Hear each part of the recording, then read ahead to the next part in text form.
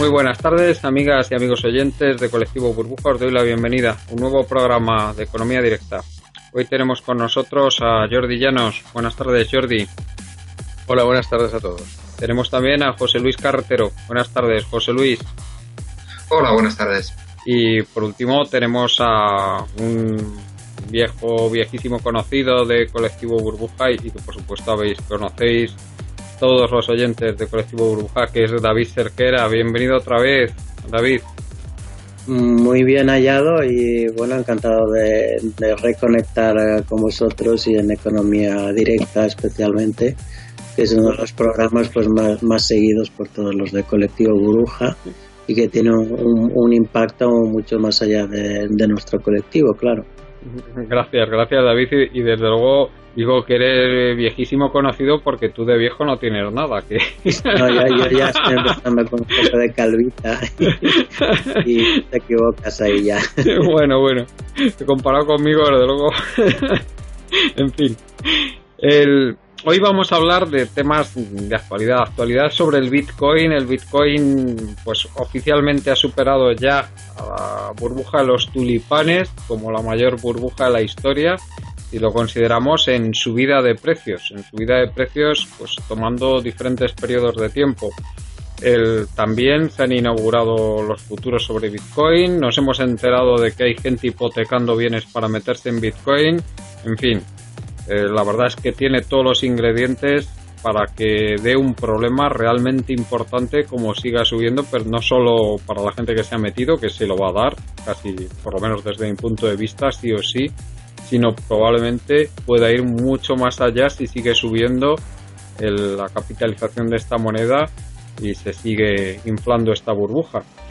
Hablaremos también de las elecciones catalanas, las tenemos ya a la vuelta de la esquina y vamos a ver qué pasa. Desde luego las encuestas dan una situación sumamente complicada en el Parlamento catalán para cuando finalmente se celebren. Y por último, José Luis nos va a informar sobre qué está pasando en países de Latinoamérica como Brasil y Argentina, donde han entrado gobiernos conservadores, gobiernos de derechas, y qué está pasando con los derechos laborales en esos países.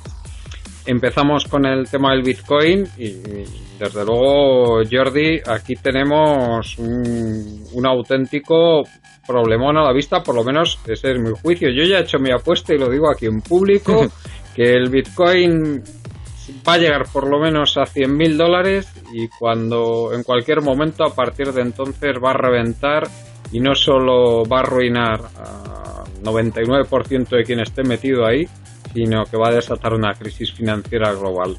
Bueno, ya he hecho la apuesta fuerte. ¿Para cuándo va a ser eso? Ya digo que va a ser relativamente pronto, porque esto ya ha entrado en parabólico el Bitcoin y va para arriba como un tiro. Bueno, Jordi, adelante.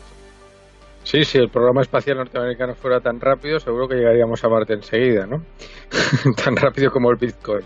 El Bitcoin genera algunas perplejidades. Yo siempre me he costado, ¿no? Por entender, ¿no? Un poco el mecanismo de verificación que supone. Por un lado, el Bitcoin es importante lo que se ha dicho últimamente, por ejemplo, sobre el tema energético que supone. Es un aspecto que a lo mejor no nos habíamos fijado cuando las transacciones eran menores, pero a medida, ya está así diseñado, a medida que se va extrayendo los primeros bitcoins eran relativamente fáciles de extraer, y a medida que se va agotando el tope, que son creo que 17 millones de bitcoins, lo que pasa es que aquí no hay que confundirse porque el Bitcoin es infinitamente divisible y por lo tanto no es igual que una moneda fraccionaria. Es decir, aquí se pueden fracciones infinitesimales de Bitcoin. Pero la cuestión fundamental, por un lado, han aparecido bastantes comentarios respecto al consumo, al gran consumo de energía que supone cada una de las transacciones de un Bitcoin, y la cada vez más difícil, más ordenadores dedicados con muchísima potencia a obtener bitcoins.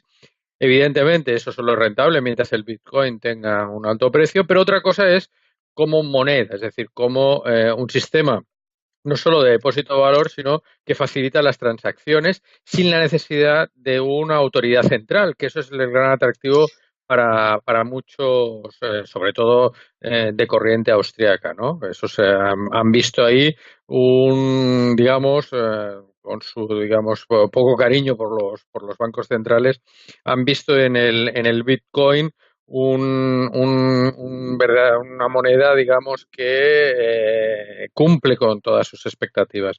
Sin embargo, el Bitcoin, tal como está diseñado, y en estos momentos su comportamiento, antes lo comentaba, no se comporta como una moneda, porque una moneda, su función fundamental es facilitar las transacciones. Y entonces el Bitcoin está en un proceso de hiperdeflación. ¿Qué quiere decir? Para compararlo, la hiperinflación, tú cuando hay una hiperinflación el dinero te lo tienes que gastar enseguida porque enseguida pierde valor. Mientras que en una hiperdeflación el dinero constantemente gana valor, con lo cual no te interesa hacer ninguna transacción porque si retrasas la transacción, digamos, lo utilizas realmente para comprar bienes y servicios, eh, no te conviene gastártelo ahora, sino te conviene gastarlo en el futuro. Por lo tanto, casi todo el mundo en un proceso hiperdeflacionario, como si el Bitcoin fuera la moneda dominante, todo el mundo intentaría consumir lo mínimo posible ahora para diferir hacia el futuro ese consumo, porque el Bitcoin a cabo de un día pues le permitiría comprar muchas más cosas que el día anterior y así progresivamente. Con lo cual, la principal función de una moneda, que sería el facilitar el intercambio, quedaría absolutamente en un proceso hiperdeflacionario como sería el Bitcoin, pues quedaría, pues no tendría utilidad. Y por otra parte, está claro que ya desde un punto de vista de la negociación la trayectoria del precio del Bitcoin y sus fluctuaciones diarias importantes, bueno, todo indica que se trata de una burbuja financiera retroalimentada evidentemente por la gran cantidad de liquidez que existe en el mercado, porque al final al Bitcoin, cuando tú haces una transacción con Bitcoins, con Amazon o lo que fuera, si realmente ahora realmente no tiene sentido utilizarlo si piensas que va a valer más mañana, pero si realmente haces una transacción, el Bitcoin no puedes liquidar los impuestos con Bitcoin. Una de las cuestiones de la moneda fiat es que tú necesitas obtener la moneda para liquidar impuestos. Algunas veces hemos explicado que los estados emisores no necesitan en absoluto recaudar impuestos porque esa funciona al revés. Primero gastan y después tú necesitas obtener esa moneda para recaudar, te obliga a ti a obtener la moneda para poder pagar esos impuestos. No tiene una restricción presupuestaria, decir que un Estado se va a quedar sin gastar porque no puede recaudar. Un Estado no que se endeude en moneda extranjera como sería España, sino Estados Unidos, Australia, Japón, China, etcétera, pues no tiene sentido. Sin embargo, el Bitcoin propiamente no es aceptado, al menos que yo sepa todavía por ningún Estado como un pago y por lo tanto esa moneda se tiene que realizar una parte, al menos para pagar los impuestos en la moneda nacional, ¿no? Para liquidar los impuestos correspondientes.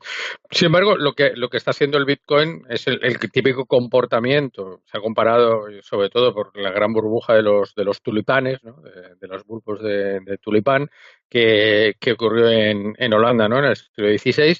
Y esa enorme burbuja que llegó a valer pues un bulbo a lo mejor mucho más que una casa, ¿no? Y realmente aquello, bueno, pues terminó estallando tal como ha predicho que pasará Juan Carlos, ¿no? En un futuro próximo. Yo no me atrevo a decir cuándo puede estallar ni la magnitud, es decir, el Bitcoin, a pesar del gran, digamos, eco que ha tenido, dentro del conjunto del mundo financiero, es una cosa relativamente pequeña.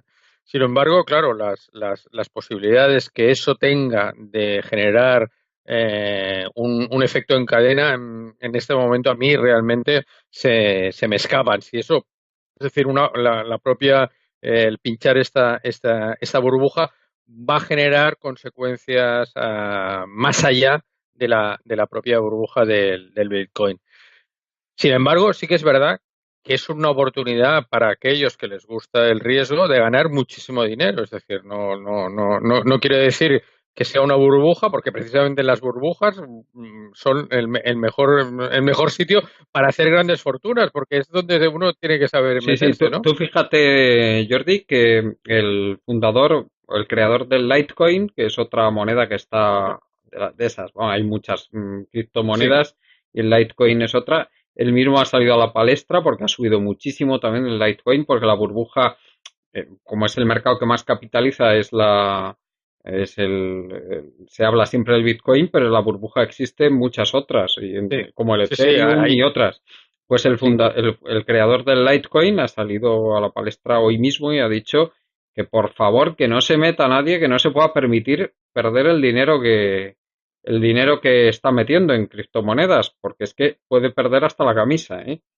Claro, Sí, no. Evidentemente, además no hay ninguna garantía que te vayan a devolver moneda fiat, ¿no? Que es la que tú estás metiendo ahí a cambio de algo que no es aceptado por ningún Estado como pago de impuestos, que es uno de los hechos fundamentales. Aparte de las transacciones, es aceptación, como he dicho.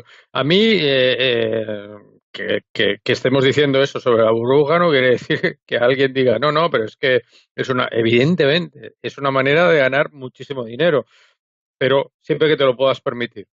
Ese bien, porque no, lo que es una como locura es cualquier eso. esquema piramidal, Claro, quien se quede al final claro, es que lo va a perder todo. lo que es una Y normalmente locura. siempre son los mismos, ¿no? Es que Los lo que que es una ganan. locura, Jordi, es eso que se está conociendo como que hay gente que está hipotecando sus casas para meterse en Claro, Bitcoin, ¿eh? claro, Que, eso es una aberración, ¿no? bueno, Eso no tiene ningún sentido. Pero no quiere decir que en este momento, a pesar de lo caro que es el Bitcoin, precisamente es donde se van a hacer los mayores beneficios.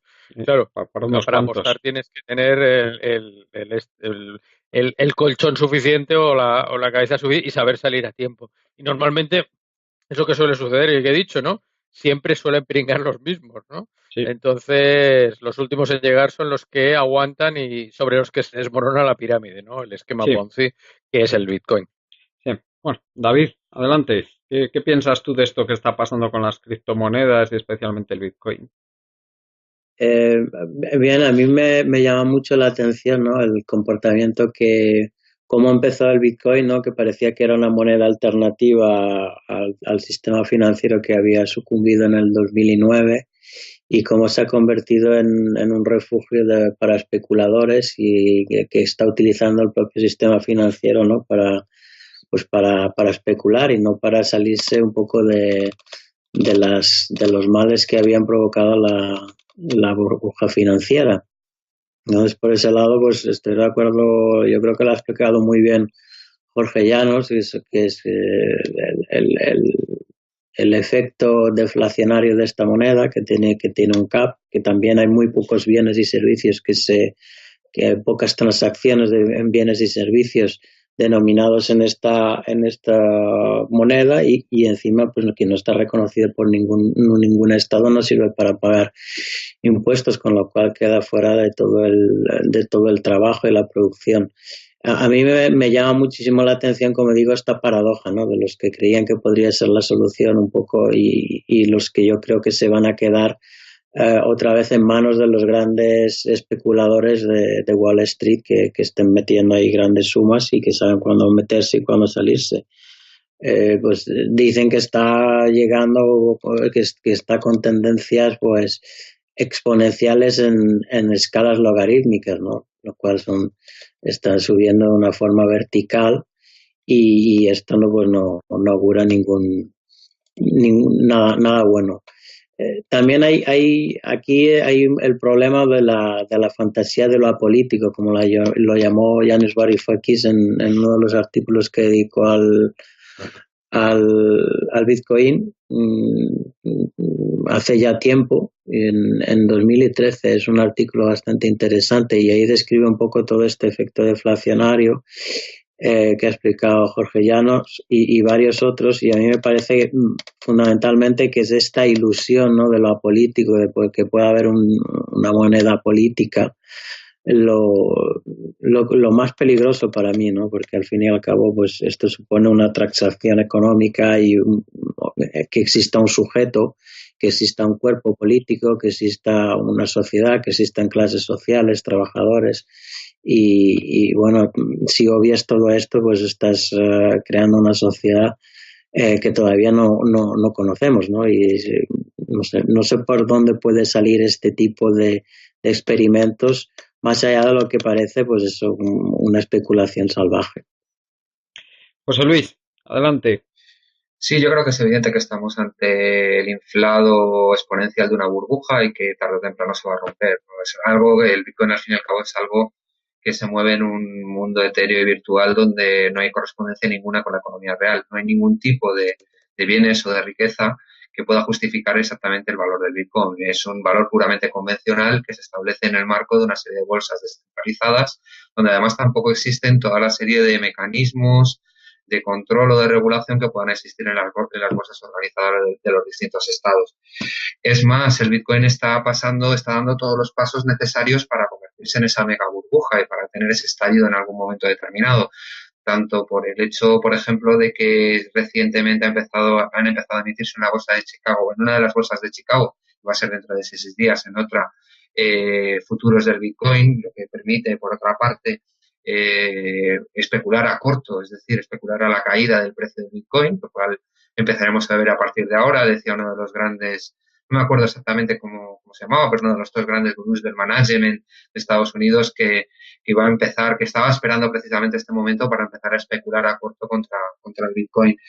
En las primeras 24 horas de ese funcionamiento en la bolsa de futuros de Chicago, el Bitcoin sufrió oscilaciones de cerca de un 30%. Es más, su valor estuvo suspendido en dos ocasiones, una por superar una oscilación del 20% y otra por superar una oscilación del 10% hacia arriba, ¿no? Es decir, que es un activo sumamente volátil, es un activo sumamente especulativo, donde ya no hay ninguna correspondencia entre su utilización real y el valor del activo. Esto lo explica muy bien Jorge, lo ha explicado también muy bien David, como sin embargo es una moneda deflacionaria en el sentido de que no tiene ningún sentido gastarse hoy en día un Bitcoin para comprar una pizza si mañana, pasado mañana, el dinero que tú te has gastado en comprar esa pizza puede haber sido de 100 millones de dólares o de 10.000 dólares, ¿no?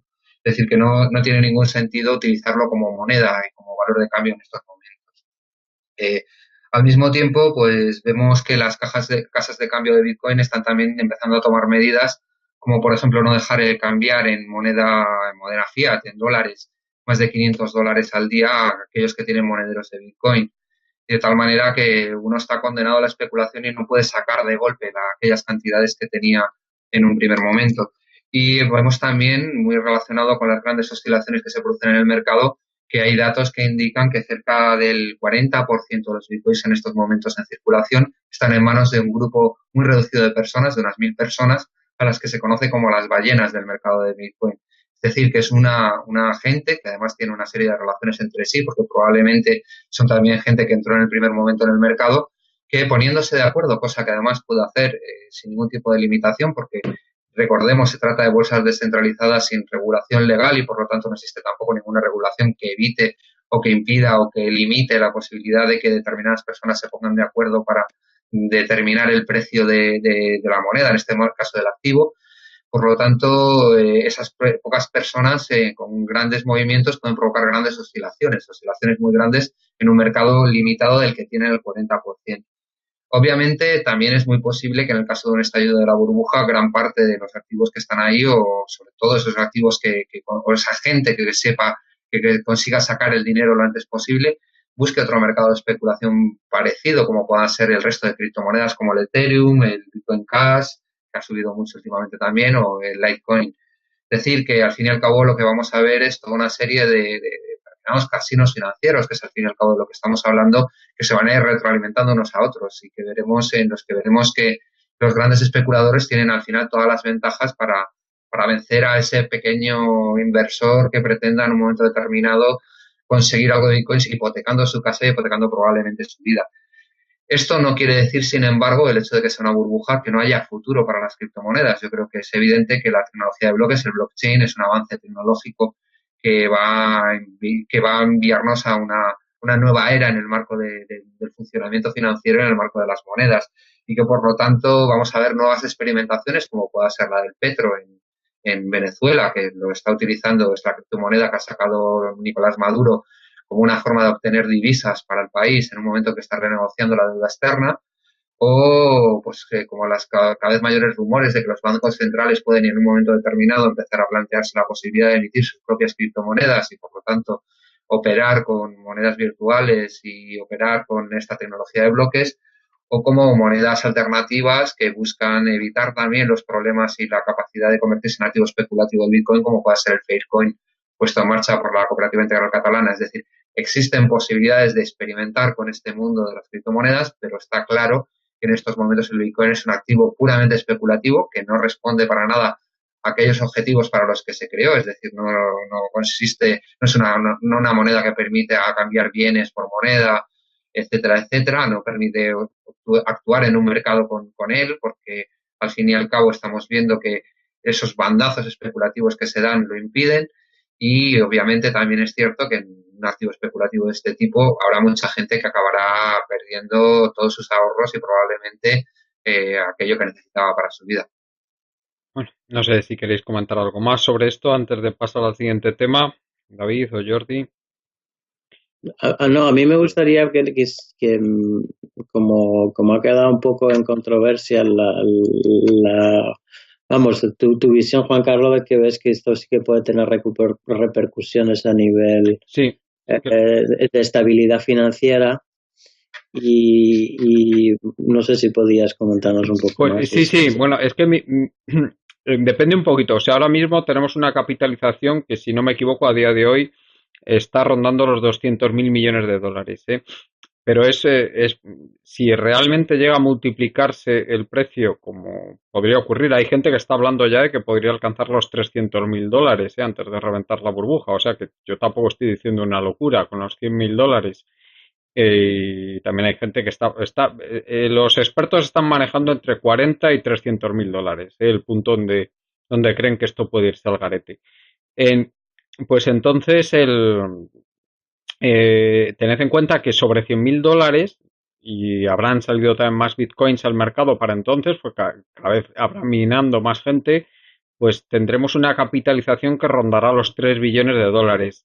Habrá muchísima gente para entonces, si esto ocurre, que se habrá metido pues de forma apalancada, que habrá pedido créditos para meterse, y en el momento, o sea, si realmente hay una proporción suficiente de gente metida en Bitcoin que está en esa situación de endeudamiento, de apalancamiento, y estalla en ese momento la burbuja y engancha a toda esta gente, pues es que eso puede provocar una crisis financiera en cadena, igual que pasó con la subprime, ni más ni más menos. Estoy hablando de eso.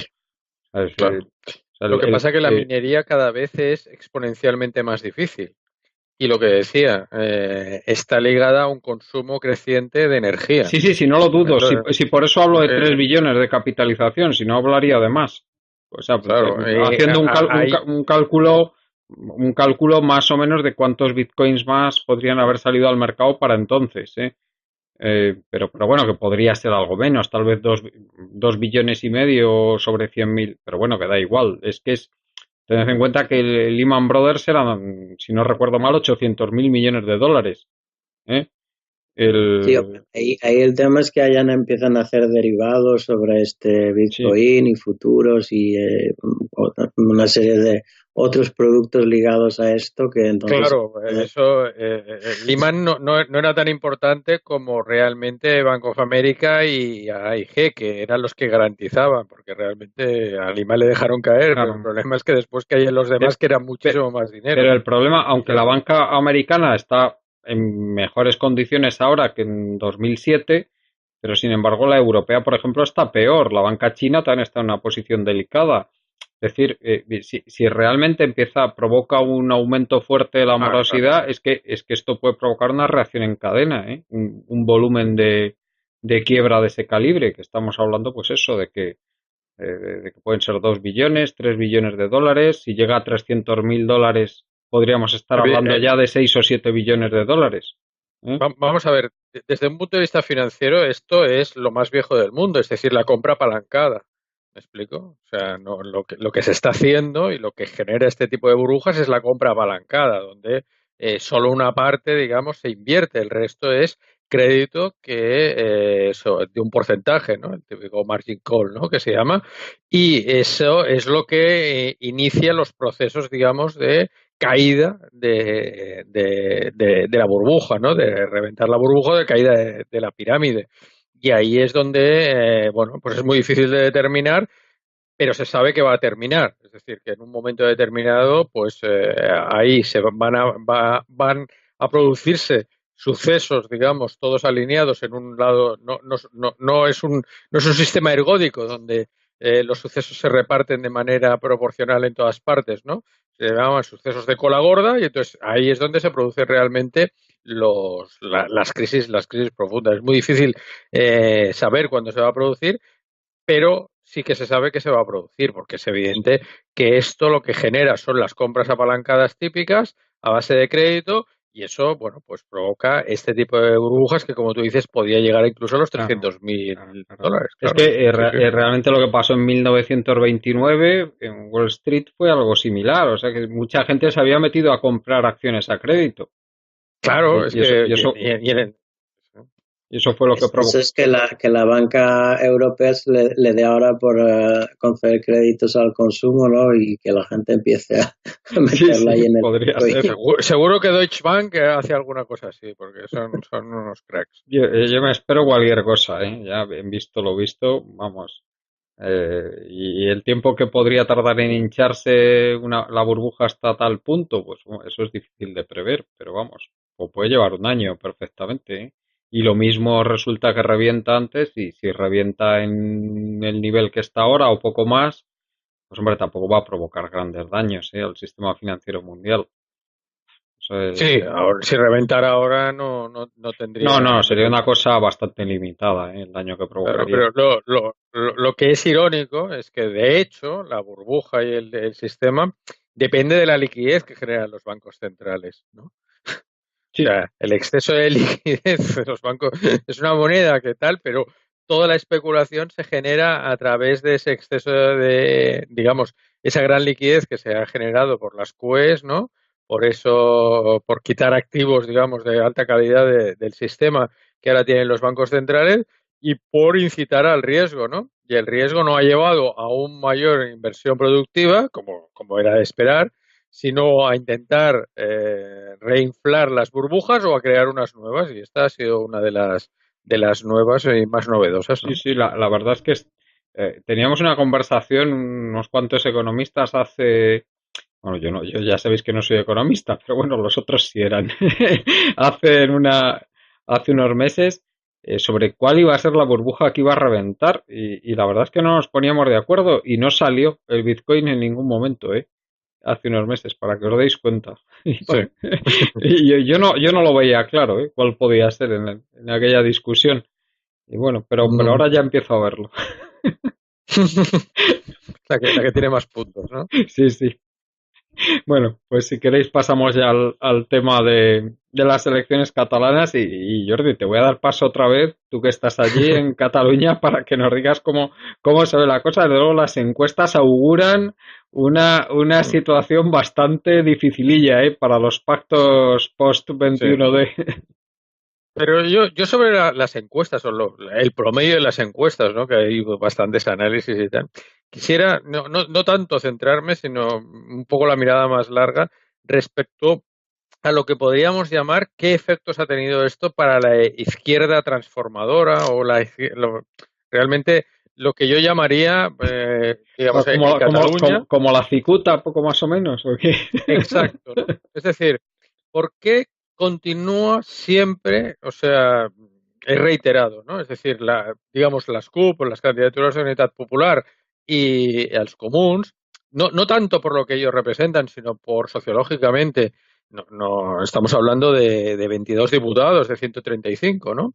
Pero digamos, vamos a llamarla la izquierda transformadora, la izquierda, entre comillas, revolucionaria. No tanto por los propios partidos, sino por yo creo sociológicamente la gente están destinados en las encuestas a perder entre 4 y 6 diputados. Es decir, aquello que se llamaban, que me parece, no creo que sea muy útil, pero bueno, se ha llamado el eje nacional y el eje social.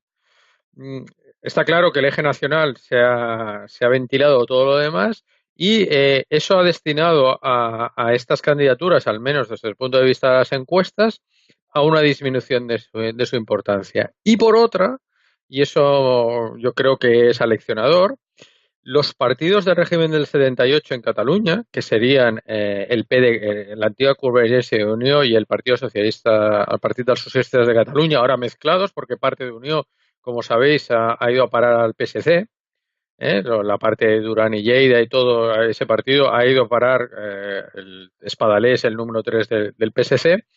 Digamos que el PSC y lo que es ahora Junts per Catalunya, ya sé, pero ¿qué es el PDeCAT y qué es Convergència Democràtica de Cataluña?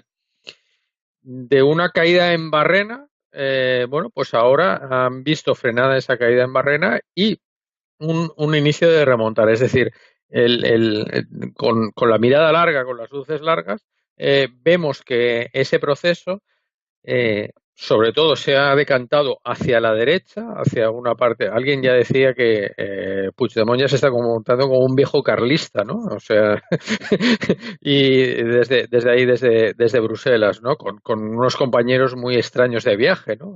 De los partidos balones, del norte de Italia, ¿no? Con unos compañeros de viaje extraños, ¿no? Y contra natura, digamos, de lo que ha sido Convergència Democràtica de Cataluña ideológicamente.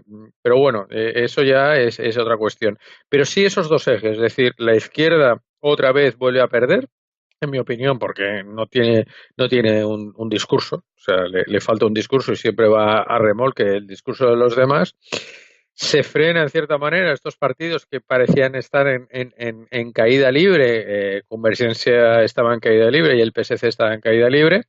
Parece que tiene unas expectativas de frenar y de remontar otra vez hacia otras posiciones y en definitiva eso es un resultado de los errores de teóricamente lo que iba a ser un proceso de transformación, es decir, de ese eje social se ha pasado, incluso las CUP se han convertido pues en el ariete de ese, bueno, pues si tú a los de las CUP, el tema de Sigena, por ejemplo, les pregunta sobre del Partenón, ¿no? Pues dicen, no, los ingleses tienen que volver a Grecia los frisos del Partenón, ¿no? Y así sucesivamente, porque ideológicamente es lo que sale. Y sin embargo, se convierte en el ariete, digamos, de lo que sería la lucha más rancia en términos nacionales, ¿no? Todos cogidos al palo de la bandera, ¿no? Allí agarrados todos al palo de la bandera, cada uno de la suya, del otro lado, evidentemente. Además, hay que ver que las encuestas PP más Ciudadanos, que bueno, pues ideológicamente es lo mismo. Tú ponías, creo que un tema en Facebook, ¿no? Sobre cómo se financia Ciudadanos, ¿no? Pero en el fondo, ideológicamente, el españolismo en Cataluña nunca había estado tan fuerte. Estamos hablando de que pueden obtener prácticamente 40 diputados, ¿no? Que sería Ciudadanos más el PP, en el mismo espectro ideológico, en el mismo tal, pues bueno, ha reforzado toda esa dinámica del el régimen del 78. ¿Qué es lo que queda? O sea, es realmente lo que iba a ser un proceso de transformación se está traduciendo en algo que nada tiene que ver, ¿no? Sobre todo en el dominio por parte de la derecha de ese discurso y una vez más en la falta de la izquierda siempre a remolque de las propuestas de los demás sin saber, porque no tienen un discurso formado, no tienen una capacidad de realmente hacer propuestas liberadoras, ¿no? Siempre tienen, bueno, Podemos siempre hemos criticado su nueva tendencia a un camino recorrido por la socialdemocracia una vez más, en el caso de Podemos es escandaloso, ¿no? En ese aspecto. Y eso es lo que yo intuyo un poco más de lo que es la refriega, digamos, electoral, sino lo que ha representado este proceso para la izquierda, que creo que es una derrota más y todo el mundo pues en su respectivo palo de la bandera ahí bien cogidito y por lo tanto olvidándose cualquier otra cosa porque evidentemente ese eje nacional, esa inflamación, ¿no? Eso es como cuando, aunque tú estás en el campo de fútbol y ves que el de tu equipo le ha pegado una patada al otro, pero todo el mundo se levanta llamando árbitro cabrón, no sé qué, no sé cuántos, tú te levantas, ¿no? Pues al final eso es un poco el proceso que veo que les ha ocurrido a los partidos de izquierda, que una vez más vuelven a estar a remolque. David, ¿tú cómo ves la situación de cara a las elecciones? Bueno, yo veo que, bueno, son unas elecciones más a la partidocracia del régimen del 78. Yo no distingo entre bipartidismo, no asimilo el bipartidismo tradicional al régimen del 78, sino sus reglas de juego que determinan las mayorías y los partidos bisagra que gobiernan en el Estado a nivel nacional y hasta ahora pues ha sido el control del Parlamento mediante la asociación del PP y los partidos nacionalistas y las concesiones a cambio de aumentar la desigualdad entre españoles. Yo creo que va a ganar Ciudadanos, se va a ver muy reforzado y yo creo que va a ganar, simplemente. Y bueno, esto es una auténtica desgracia porque se polariza la política en el momento de crisis financiera. La izquierda echa a perder el bagaje transformador que puede tener, que puede germinar en un terreno abonado y lo destruye en la hoguera de las vanidades del nacionalismo, que es un nacionalismo que no se diferencia en nada y que bueno, que hunde sus raíces en el siglo XIX, en los movimientos y en la filosofía pues tradicionalista de las esencias del romanticismo alemán, etcétera.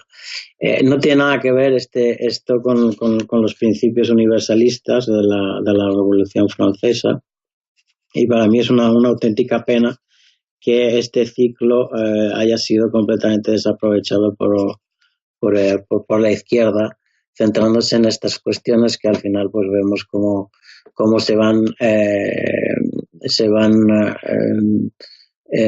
enquistando en las posiciones a ultranza de defensa de lo que es mío y ya está, ¿no? Y bueno, esto es una auténtica pena. Y David, ¿no te resulta el panorama después de lo que vivimos a lo largo del año 2011, 2012, no te resulta horriblemente deprimente el panorama que hay 6 años después? Casi 7 ya, vamos ya para el 7º año. Sí, la verdad es que es bastante deprimente, ¿no? No es extraño que el PP haya encontrado que la solución a la crisis es el franquismo, resucitar al franquismo.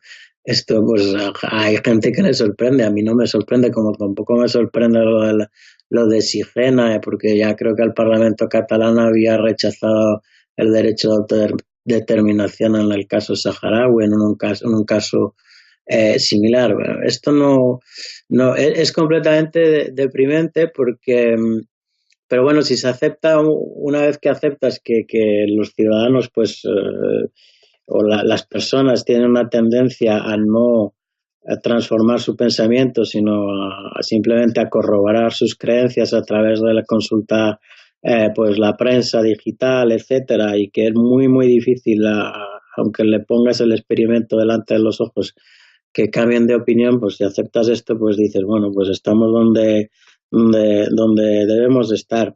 Pero bueno, sí que para los que nos hemos implicado en una lucha política de transformación por un mundo más justo, pues es una auténtica pena pues vernos ahora con los discursos nacionalistas, de españolistas y catalanistas todo el día, que tapan pues las verdaderas cuestiones de fondo, de construcción europea, de trabajo, de salarios, del sistema financiero, que son el sistema monetario, que son las cuestiones donde la cuestión ecológica, del cambio climático, de la investigación, de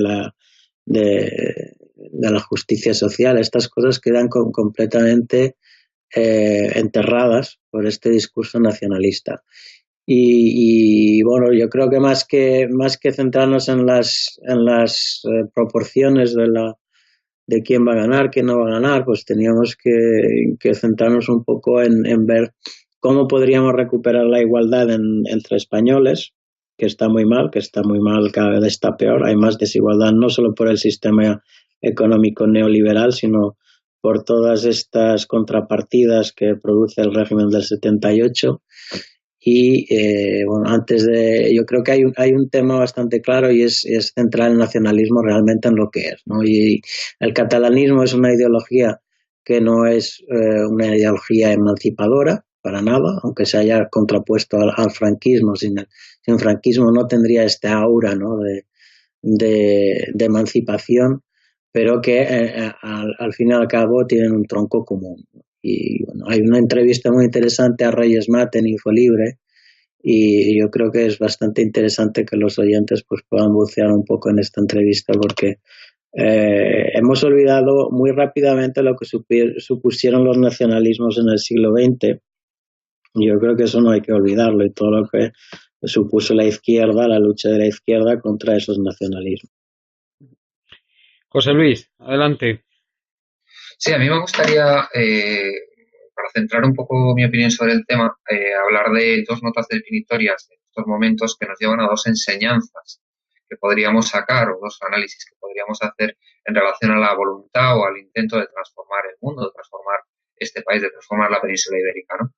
Las dos notas definitorias de la situación actual yo creo que son bastante evidentes en el caso de Cataluña. En primer lugar, un aumento decidido de la represión, es decir, una auténtica deriva autoritaria del Estado español, que implica que estas elecciones se vayan a efectuar con la situación de una serie de presos en la cárcel, acusados de una serie de delitos que eran impensables utilizar contra políticos o personas que llevaron a cabo actividades directamente políticas, como los delitos de rebelión o de sedición. Es decir, que militantes de los movimientos sociales sean acusados de este tipo de cosas, que representantes políticos de la ciudadanía sean acusados de rebelión por una serie de declaraciones que hacen, que no son ni siquiera técnicamente una declaración de independencia en el Parlamento, donde deberían estar precisamente amparados por su misma pertenencia a ese club selecto que es el de los diputados, pues es representativo de que al fin y al cabo nos enfrentamos a una gran deriva autoritaria. Pero es que la gran deriva autoritaria no se acaba precisamente en la aparición de estos personajes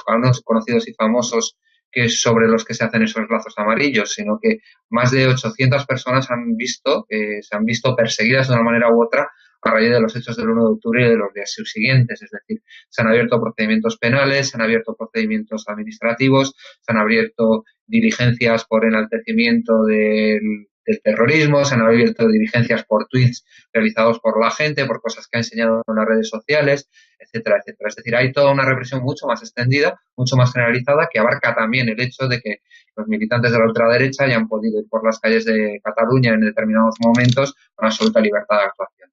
Este sería uno de los elementos definitorios. Y otro de los elementos definitorios de la situación es precisamente que frente a esto, el nacionalismo catalán oficial, es decir, el nacionalismo de derechas, tanto Junts pel Sí tanto en su versión Puigdemont como en su versión Esquerra, básicamente lo que han realizado es una huida y una fuga en dirección a la normalidad, a volver a la normalidad. Es decir, ellos proclaman una república que, sin embargo, no se reproclama de ninguna manera más que simbólica, como ellos mismos afirman en momentos determinados, no la defienden de manera alguna, no toman medidas de construcción nacional después de esa proclamación de la República. El fin de semana siguiente se van a sus casas tranquilamente y ni siquiera arrian la bandera española.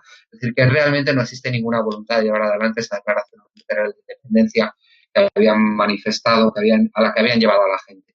Esto junto al hecho de que no reivindiquen tampoco a esa gran cantidad de represaliados por los hechos del 1 de octubre y días siguientes en el marco de su campaña electoral, sino que solo reivindiquen a sus líderes en prisión, etcétera, etcétera.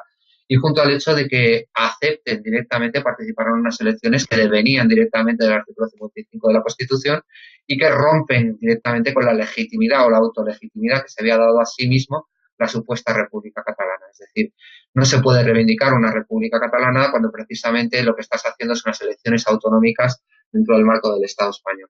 Todo esto nos lleva a pensar que básicamente lo que quiere la derecha catalana en estos momentos es volver de una manera u otra a la mesa de negociación. volver a la mesa de negociación con unos objetivos puramente de la clase oligárquica catalana, como puede ser, por ejemplo, el hecho de encontrar un encaje fiscal parecido al cupo vasco, etcétera, etcétera, pero poco más. Es decir, lo que básicamente se busca es un nuevo encaje dentro del régimen del 78 que permita reproducirse nuevamente a la clase política catalana por la vía de una victoria en unas elecciones autonómicas en las que se ha aceptado participar. Esto se podrá edulcorar de una manera más grande, de una manera más fuerte, de una manera más suave, por la vía de declaraciones altisonantes durante la campaña electoral, etcétera, etcétera, por la vía de declaraciones altisonantes después de la campaña electoral, pero lo cierto es que básicamente todo lo que están buscando en estos momentos es encontrar un camino a la mesa de negociación y un camino también a la solución de las problemáticas jurídicas de los líderes, que no de las grandes masas que salieron a la calle el 1 de octubre. ¿Qué enseñanzas podemos extraer básicamente de todo esto? Yo creo que hay que extraer de las grandes movilizaciones sociales que se producen al hilo del 1 de octubre, del 3 de octubre, la huelga general que se produce en Cataluña, de precisamente las movilizaciones que llevan a la proclamación de la República, incluso contra la propia voluntad de Puigdemont, y de la propia situación de represión que se vive posteriormente, incluso durante esos mismos momentos, podemos extraer dos grandes enseñanzas. En primer lugar, lo voy a decir de una manera un poco provocativa, aunque luego lo explicaré de otra manera, obviamente un proceso de transformación social tiene que tener siempre componentes de construcción nacional. Y esto no me refiero con una apelación al nacionalismo. Yo creo que comparto ampliamente todo lo que habéis dicho respecto al nacionalismo, respecto a su esencia esencialmente reaccionaria. Pero, sin embargo, sí es cierto que un proceso revolucionario, un proceso de cambio, tiene que basarse en una alianza amplia y, por lo tanto, una alianza interclasista que abarque al 80, al 90 o por lo menos al 80% de la población en un camino de cambio y en un camino de recuperación de la soberanía económica, de la soberanía alimentaria, de la soberanía ecológica, de la soberanía social, etcétera, etcétera. Esto implica poner juntos, hacer trabajar juntos a capas sociales que obviamente no esperaban trabajar juntas desde el principio. Y esto sí lo ha hecho en cierta manera el nacionalismo, es decir, sí lo ha hecho en cierta manera el nacionalismo catalán, al menos declarativamente, es decir, ha puesto a trabajar una parte de la burguesía nacional, ha puesto a trabajar a partes de las clases medias, junto a una parte exigua, esto va a ser una de las cuestiones definitorias, de la clase trabajadora.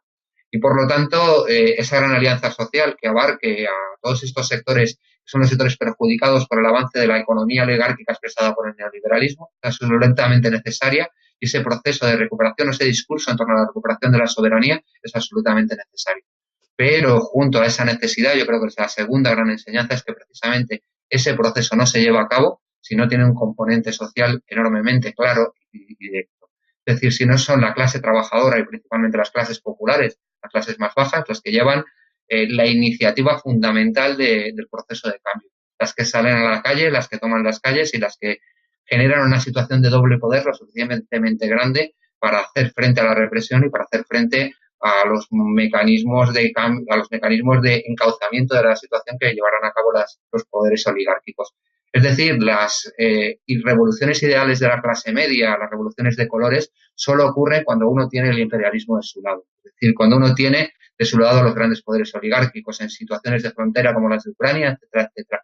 Pero no ocurren en la retaguardia del sistema capitalista, en la retaguardia de Occidente. Aquí la única posibilidad revolucionaria de cambio, de transformación social, implica poner a moverse y llevar a la calle a las grandes mayorías, que son las de las clases populares. Y eso implica un programa acusadamente social, un programa de profundización democrática y también de profundización, digámoslo en cierta manera, para utilizar también una expresión que pueda resultar provocativa, de profundización socialista. Es decir, si recuperamos la historia de los últimos ciento y pico años, es decir, la historia del siglo XX, del largo siglo XX, como se decía en su momento, aquellos países que han conseguido salir del cepo de la dependencia y convertirse en países altamente desarrollados, lo han hecho única y exclusivamente por medio de grandes revoluciones, profundas revoluciones socialistas, como puedan ser Rusia y China. No lo han hecho de ninguna otra manera. La historia del desarrollismo latinoamericano, la historia de las tentativas de construir una revolución específica, concreta, dominada específicamente por la clase media, ha llevado una y otra vez a distintos tipos de fracaso.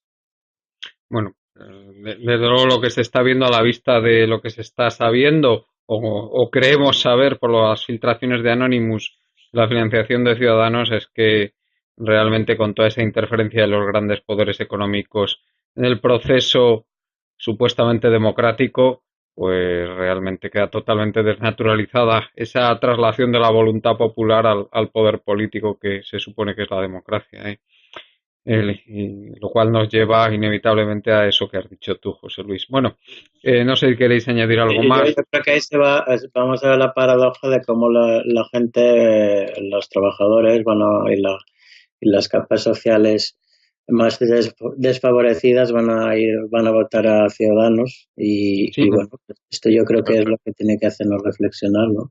Claro, ese es lo que el problema grande, que van a obtener entre Ciudadanos y el PP 40 diputados. sí, Que y la extracción los habían obtenido, pero vamos, y ni la extracción lejanamente, es decir, social, el porcentaje. la extracción social, Jordi, de quién es lo que ha dicho. Claro, no, por eso. Es decir, vamos en contra siempre, o sea, y es por una falta total desde mi punto de vista, de un mínimo discurso de real transformación. Es decir, a mí me sorprendió bastante, y debo decir que no me lo esperaba, que las CUP participaran en las elecciones. Yo pensaba que iban a mantenerse al margen, digamos, ya por una cuestión, digo, de principios. Y en cuanto al papel que ha realizado en los comuns, en Comú Podem, esos múltiples nombres que han ido teniendo, bueno, pues ya lo hemos criticado en el sentido de a nivel español, en el caso de Podemos, un total desconcierto, ¿no? Sobre cuáles son realmente sus propuestas. Alguna vez dijimos que era mejor, al final se ven atraídos, digamos, a mantener una serie de posiciones porque dicen, bueno, es que, como dijo una vez Monedero, no se pueden mantener posiciones decrecentistas, sino quién te va a votar. Yo creo que al final, manteniendo las otras posiciones, vas a perder también los mismos votos y no has ni generado un discurso ni mantenido tus posiciones. Es decir, yendo al discurso de los demás, tampoco vas a mantener ni a ganar el poder. Podemos no está ni más cerca de poder, digamos, el famoso sorpaso, etcétera, sino cada vez más lejos. Es decir, ese discurso de vamos a intentar de alguna manera ganar el poder acomodándonos, no sirve absolutamente para nada y no generas un discurso alternativo, al contrario, te quedas ahí en tierra de nadie y que es precisamente lo que ahora, al menos en las encuestas a nivel español y aquí a nivel catalán, les va a costar una buena sangría de votos, digamos, a esa posición que tú hablabas del 11M, etcétera, ¿no? De lo que ha transcurrido y cómo se ha malbaratado todo ese capital político y ese capital social para nada, absolutamente para nada, una nueva oportunidad perdida. 15 lo que se ha producido ha sido pues un síndrome de Estocolmo, ¿no? Con estos que reprimían el 15M, de repente a través de las CUP se produce un síndrome de Estocolmo, pero no en aquellas, digamos, más apolíticas que sentían este supremacismo catalanista, estas masas de inmigrantes, ¿no? De Aragón, de Andalucía, etcétera, que siempre han estado pues de una forma más apolitizada. Yo creo que ha sido un poco socialmente lo que ha ocurrido y que es bastante lamentable. Sí, pero bueno, estamos y no estamos mejor, ¿no? Como decíamos, también desde ya del punto de vista a corto plazo, lo que va a ser la composición del Parlamento en estos momentos, pues se va a dar una situación bastante difícil, ¿no? De cómo se va a levantar el 155, qué tipo de gobierno va, porque la situación es tan fluida que cualquier resultado, digamos, de la suma de los partidos independentistas y de la suma de los partidos constitucionalistas, por llamarlo de alguna manera, pues va a estar ahí muy cerca. Es decir, en términos de votos, muy cerca, tal vez en términos de diputados, por las circunscripciones electorales, más a favor de los independentistas, que es como ha sido hasta ahora. Pero la situación va a ser muy difícil. Y si además no consiguen la mayoría, los independentistas, ahí van a tener un problema muy gordo. Van a tener un problema muy gordo. Porque vamos a ver qué hace Puigdemont allá en Bélgica y si no puede entrar por la puerta grande, que es lo que él pretende, y que lo detengan, pero digamos ya como un presidente electo de la Generalitat, bueno, pues a ver qué discurso van a mantener. Supongo que van a preparar un discurso, porque en algunos casos sí que lo están preparando, y eso ya basado de pucherazo, ¿no? Esto sí que es una cosa Ah, sí, ya que hay están hablando de bastante. recuentos paralelos y Sí, tal, sí, sí. sí, exacto, sí, sí. Eso yo creo que es una Sí, preparación pero para sí, si no sí. se producen los votos Si necesarios, no les porque va a hacer, aquí vamos a tener. si no les va a hacer falta. Eso es una, o sea, no les hace falta hacer pucherazo si el régimen ya va a salir súper reforzado de todo este asunto. Sí, Eso es lo sobre más todo, bueno, es yo lo lo digo más porque es una lamentable de cosa que todo, he ¿eh? notado bastante. Sí. Ah, Que se comenta bastante aquí en Cataluña y hay un run run respecto a papeletas, al tema del censo, gente que recibe y tal, bueno, pues lo típico, ¿no? Pero que en este momento se resalta, ¿no? De manera, yo creo que preparando el camino, haciendo de zapadores, ¿no? Esto a mí me parece que sí que se está produciendo y que el independentismo teme muy mucho poder perder el control de todo esto, porque sería un golpe muy duro a la situación, digamos, de control que han tenido A la hasta. situación de corrupción, ¿no? De corrupción que Bueno, la misma que está en el otro lado, es decir, aquí el problema es que una vez más está por un lado sí, el pero PP estamos más hablando Ciudadanos y por de el otro. Cataluña, estamos hablando de Cataluña, de cómo Jordi Pujol, entre el escándalo de banca catalana, al día siguiente monta una manifestación ahí con Prenafeta de corte nacionalista, ¿no? Cómo el nacionalismo se ha agitado en los momentos de Sí, pero crisis. lo que decía José Luis es muy importante, ¿no? Es decir, para una sí que tiene que haber un componente nacional y en eso le doy toda la razón a lo que ha comentado José Luis. Tiene que haber una componente nacional. El problema es que, por lo que sea, es lo que estábamos analizando, siempre tiramos hacia el otro lado, ¿no? Y, y entonces terminamos, digamos, bueno, el otro día Rick Julián hablaba, ¿no? Pues de un cierto carlismo, ¿no? Por parte de lo que está haciendo Puigdemont en Bruselas. No sé si es una ocurrencia, pero bueno, como metáfora no me Sí, parece. hombre, es que el catalanismo bebe del carlismo. Sí, Son, son, evidentemente, son la movimientos. componente del Somatén, etcétera, de la Liga y tal, pues sí, evidentemente tiene raíces carlistas, sí, sí, sin duda. muy bien, pues si queréis ya pasamos al último tema del día, ya más breve, que José Luis nos va a poner un poco al tanto al día de lo que está pasando en Brasil y en Argentina con el tema de los derechos laborales, con estos nuevos gobiernos conservadores que han entrado en el poder. Adelante, José Luis.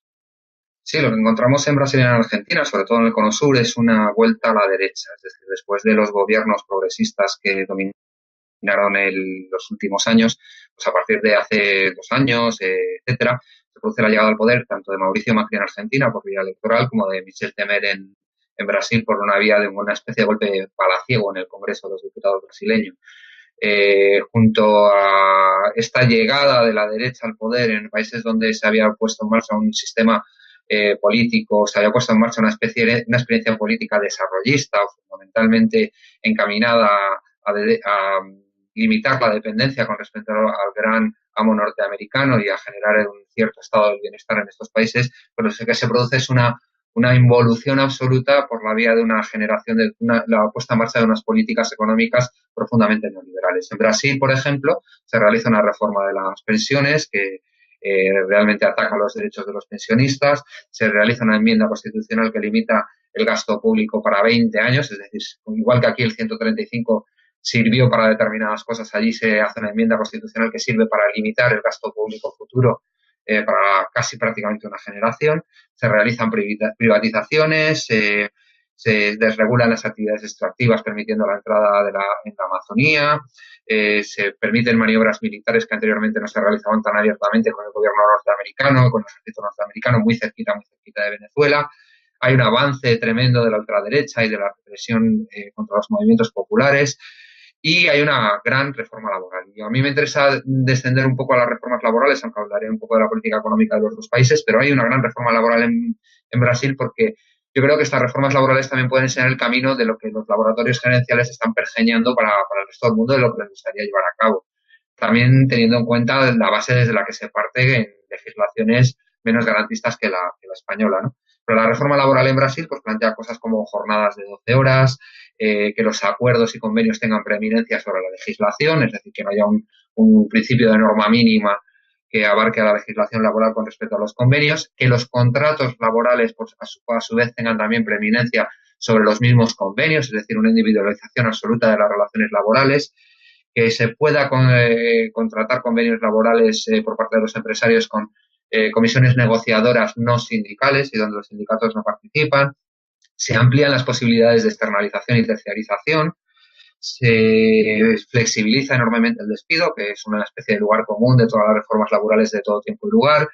Y se permite que los trabajadores tengan que pagar costas judiciales en los procedimientos laborales. Es decir, si los trabajadores pierden el procedimiento laboral, tendrán que pagar costas judiciales a los empresarios, cosa que no ocurría anteriormente en Brasil y que tampoco ocurre en España. Esto es lo que ocurre básicamente en Brasil, decimos, en un contexto de mayor represión, en un contexto de avance de la ultraderecha, donde una de las grandes alternativas a Lula en las próximas elecciones puede ser precisamente Bolsonaro, un personaje icónico de la ultraderecha brasileña, que se ha distinguido precisamente por decir que, bueno, que la dictadura en su momento en Brasil no fue tan mala, que aquello de los desaparecidos tampoco fue tan grave, etcétera, etcétera. Y lo mismo pasa en Argentina, con el gobierno de Mauricio Macri.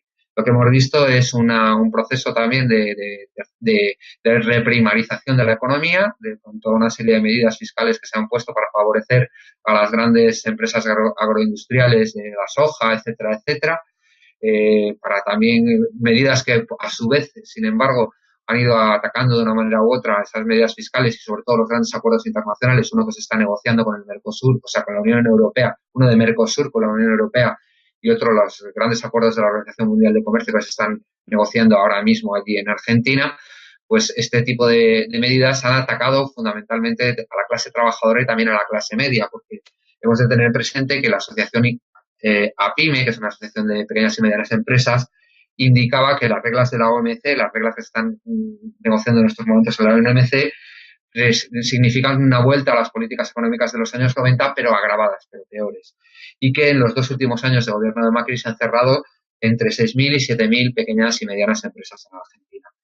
Junto a ello, pues hay en camino una reforma de las pensiones, nuevamente favoreciendo las pensiones privadas y impidiendo que los pensionistas puedan cobrar emolumentos que han ido cotizando a lo largo de su vida. Hay también una reforma laboral, y una reforma laboral que en este sentido es también una reforma laboral muy importante, ¿no? Una reforma laboral muy importante que incorpora medidas como las siguientes: la posibilidad del blanqueo laboral, es decir, de que los trabajadores que están en negro sean blanqueados, sean legalizados por parte del empresario hasta un año después de su contratación o de que hayan empezado a trabajar. Es decir, estas personas realmente van a poder trabajar en negro durante un año y luego posteriormente van a poder ser dadas de altas por los empleadores durante todo ese año. Es un cambio del concepto legal del mismo hecho del trabajo o de la relación laboral en el marco de la legislación argentina, donde se hace hincapié precisamente en la igualdad de armas entre empresario y trabajador, es decir, el derecho laboral ya no se entiende como un derecho intuitivo, como un derecho heteronormativo, que lo que buscaba era precisamente favorecer a la parte más débil de la relación laboral, que era el trabajador, como se ha entendido siempre el derecho laboral, sino que el derecho laboral ha de entenderse como una especie de norma de regulación de los conflictos entre dos partes que están en plano directo de igualdad. Pérdida también de indemnizaciones laborales en el caso de despido, que no incorporarán determinados conceptos como las horas extras, etcétera, etcétera. Y también la posibilidad de que las horas extras no se paguen en dinero, sino que pasen a ser compensadas por descanso, únicamente por descanso, es decir, en ningún momento se paguen por dinero. Yo creo que todo esto lo que marca es un poco el camino al que puede verse abocado cualquier país que abandone unas políticas de izquierda y se vea encaminado nuevamente hacia el neoliberalismo. El neoliberalismo tiene este tipo de proyectos que en el caso de países dependientes como los países de América Latina son proyectos de reprimarización, es decir, de volcarse en la exportación de materias primas, que normalmente está controlada por las grandes transnacionales y sobre todo por una burguesía compradora, una burguesía dependiente también de esas grandes oligarquías mundiales, de esos grandes especuladores globales, y el olvido total y absoluto tanto de la clase media como de la burguesía industrial propia y como de la clase trabajadora. Desde luego, Ya lo vimos en los años 70 como tomaban otro país de esa zona del mundo, Chile, en aquel caso como laboratorio, para lo que luego vimos que hacían en el resto del mundo y ahora pues mucho me temo que esto también nos está mostrando un poco lo que va a ser nuestro futuro, a menos que cambien mucho las cosas. Bueno, no sé si queréis comentar algo sobre esto, Jordi o David. Yo diría que no me sorprende en absoluto. Me recordaba, pues bueno, pues ahora que te referías a Chile, ¿no? Y a, bueno, el libro de Naomi Klein, ¿no? Sobre la doctrina del shock, ¿no? Eh, este tipo de cuestiones, además, siempre sobre políticas en países extractivistas, ¿no? En estos países de Latinoamérica, con gran dureza y donde, bueno, el cerebro y patio trasero, ¿no? De los Estados Unidos, donde han tenido que sufrir, pues ese tipo y las siguen sufriendo, incluso cuando en otros países ya abanderados, digamos, del neoliberalismo en esa vertiente, ¿no? Económica tan dura, eh, pues cada vez incluso genera sus dudas, ¿no? Porque a Trump no se puede acusar de eso, ¿no? Debido a sus políticas, ¿no? Antiglobalización, etcétera. Y sin embargo, pues en Latinoamérica, como parece que el tiempo se para o va hacia atrás, por lo que explica José Luis, aunque bueno, el tiempo de las reformas laborales, esto sí que es universal en cualquier sitio, ¿no? La depredación hacia el sector de los trabajadores es una manera, al fin y al cabo, yo siempre la he visto como una manera de dar un poco más de cuerda a un mundo que está languideciendo, ¿no? No solo por el tema social, sino también por el tema medioambiental, ¿no? Al final hay que reducir ese nivel de consumo y al final eso se va a manifestar en una reducción bastante drástica de la capacidad Bueno, de las clases medias y, y ya no está el hacia. logro comunista por ahí amenazando al otro lado del telón de acero. Eso No, también. claro, eso siempre ha sido una Bueno, cuestión hay logros básica, de ¿no? algún tipo, lo estamos viendo últimamente también. Eh, No es Pero comunista, bueno, pero hay un ogro. hay varios, ¿no? Casi me podría decir que hay varios. Pero bueno, pues siempre, es lo que decía, ¿no? En Latinoamérica, pues realmente han sufrido y siguen sufriendo y realmente es un continente en ese sentido donde se han llevado a cabo en la máxima expresión este tipo de experimentos brutales neoliberales, ¿no? Como decía en la doctrina del shock, ¿no? De Naomi Klein y parece que en cierta manera continuamos igual, ¿no? Por desgracia. Sí, David, no sé si quieres comentar algo sobre esto antes de ir terminando. Sí, Sí, bueno, estoy bastante. mm, Me parece que es bastante descriptivo, ¿no? De una realidad global. Lo paradójico es que en este momento en el que Estados Unidos se retira un poco de la escena internacional y que pierde poder o fuerza en América Latina con respecto, por ejemplo, a China, todavía la burguesía de estos países tenga tanto poder, ¿no? Como para poner estas reformas sobre poblaciones donde la desigualdad ya es muy alta. Entonces también, bueno, pues esa pequeña reflexión sobre la capacidad de actuar de la izquierda en Latinoamérica. muy bien, pues no sé si querréis comentar algo más antes de acabar. Y si no, pues vamos acabando ya. La verdad es que ya está siendo un programa más largo de lo habitual, ya hemos pasado de la hora. José Luis, pues muchas gracias como siempre por tu participación y nada, si nos puedes dar alguna referencia para seguirte. Pues muchas gracias a vosotros. Yo se me puede seguir en mi blog, joseluiscarreteromiramar.blogspot.com. Se llama Peleando a la Contra. Se me puede seguir también en las revistas transversales, en el periódico El Salto, en la página web Caos en la Red o en las redes sociales como José L. Carretero en Twitter o José Luis Carretero Miramar en Facebook. Muchas gracias, José Luis. En Jordi, ¿dónde te Pues muchas podemos gracias seguir? Pues muchas gracias a vosotros y bueno, me podéis seguir en la economía del doctor Pangloss, que ahora estoy ya casi a punto de resucitarlo. Después de mucho tiempo parado, pues me he puesto a escribir por fin. Buena señal. Y en el blog de la Asociación Autonomía y Bien Vivir. Oye, pues muchas gracias, Jordi, como siempre. Y David, si nos quieres comentar algún sitio donde te podamos seguir y muchas gracias, como siempre. No, pues gracias a ti por sacarme del baúl de los recuerdos. Bueno, un placer. Y de momento Radio Gramsci lo tenemos parado, no sé si lo reactivaremos. Pues si me seguís invitando, pues por aquí estaré. Hombre, pues desde luego es un auténtico privilegio contar contigo y con tus siempre acertadísimos comentarios y análisis, David. Un auténtico placer. Y sin más, bueno, pues nos vamos a despedir por hoy. Os agradecemos a toda la gente que nos escucháis el hacerlo y también agradecer a la compañera Marta Albuengo, al compañero Juan Martínez y nos despedimos nada más que diciéndoos nuestra página web colectivoburbuja.org. Hasta el próximo día.